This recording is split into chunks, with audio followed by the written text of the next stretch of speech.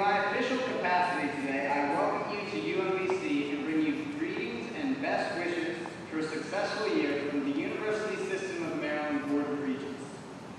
I stand here before you as your sole student representative on that board, a board which governs all 12 public colleges in Maryland, including this one, a $4 billion budget, and more than 150,000 students. But when I sat exactly where you are 2 short years ago, my situation was quite different. I arrived at UMBC a timid kid from a high school right down the road who knew how to put on a good political face but was petrified of the outside world. Going to college thrust me right into the middle of that outside world, away from home, and not sure how I would fit in and what circle I could find to accept me. And so, unlike Miguel, who was brave enough to go out and explore campus, I built myself my own little bubble. With the roommate I had graduated high school with, I would be safe from the frightening social butterflies that occupied the commons and loudly occupied my personal home in Susquehanna. I was perfectly content staying in to watch movies instead of going out to meet new people, or studying alone at my desk instead of taking advantage of the academic networks that make up the library. I was scared, and even though I was surrounded by people, I felt alone.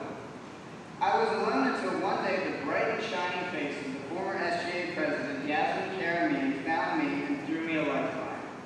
She approached me, and by simply having a conversation, invited me into a world that I never really knew existed at UMBC. Friendship. She gave me the jump start to go out and simply live, to meet people, help people, love people, and become a better person myself.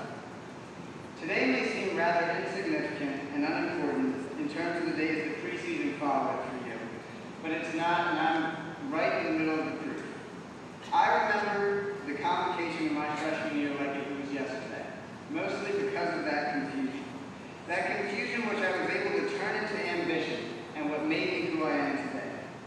I implore you, seize that confusion, embrace it, let it swirl up inside of you, and make it your own, and then transform it into something beautiful. And so, as your regent, as the student who is here to serve you, I leave you with this call to arms. Katie invited you to go out and experience all UMBC has to offer. And Miguel urged you to reach out of your comfort zone. I'm asking you to bring someone else along with you as you do both. Be that helping hand to reach out to someone else and change their life. It can be as simple as inviting someone to lunch, or as deep